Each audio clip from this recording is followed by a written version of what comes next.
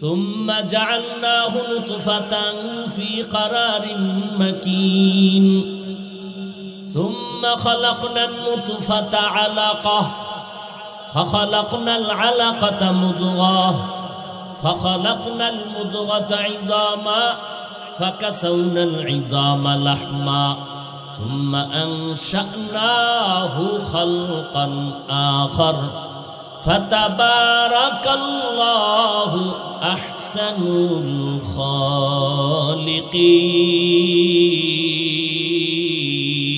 الخالقين آتنا في دار دنيانا حسن آتنا في دار عقبانا حسن يا غياث المستغيثين اهدنا لافتخارا بالعلوم والغنى ہر گوری دینے کو تو تیار ہے جو نہ مانگے اس سے تو بیزار ہے রমজানে আল্লাহ কোরআন অবতীর্ণ করেছেন রমজানের সম্মান বেড়ে গেল রমজানের মধ্যে কদরের রাতে আল্লাহ কোরআন দিলেন কদরের রাতের মান বেড়ে গেল আল্লাহর নবী খুতবা দেওয়ার জন্য মিম্বারে উঠবেন নবী তিনবার পড়লেন আমিন আমিন আমিন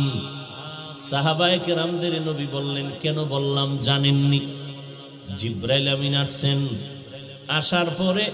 তিনটা বড়দোয়ার কথা বলেছেন আল্লাহ বলেছেন যারা রমজান মাস পাইল গুনাহ থেকে নিজেকে বাঁচাইতে পারলো না জাহান্নাম থেকে বাঁচতে পারলো না ওই মানুষটা যেন ধ্বংস হয়ে যায় আমি নবী তার সমর্থনে বলেছি আমিন ফলাফল কি আল্লাহও চায় ধ্বংস হয়ে যাও জিব্রাইলও চায় ধ্বংস হয়ে যাও আমি নবীও চাই যারা রমজান পাইয়া গুনাহ থেকে নিজেরে বাঁচাবার চেষ্টা করো না আমি নবীও চাই সে ধ্বংস হয়ে যায় রমজান এক রাতে এক খতম কোরআন পড়ছেন এক রাতে আর আমরা পুরো বছরে এক খতম করতে পারি না আবার বাংলাদেশের মধ্যে কিছু আজগবি খবর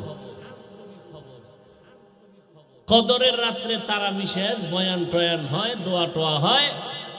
সেই সময় কিছু কাগজ দেয় বয়ান যিনি করেন দোয়া করবেন তার হাতে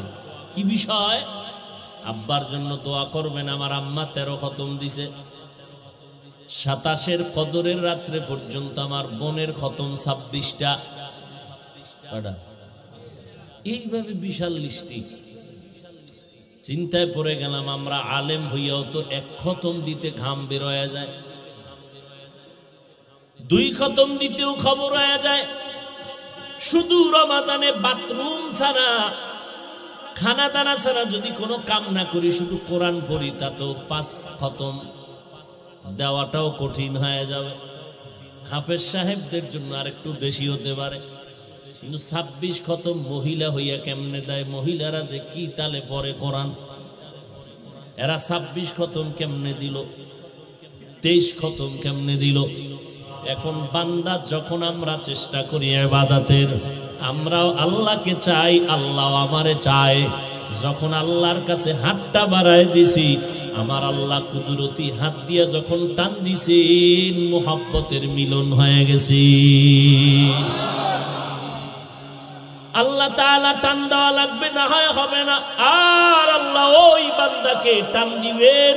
যেই বান্দার কলবের মধ্যে মুহাব্বতের তামান্না তৈরি হয়ে যাবে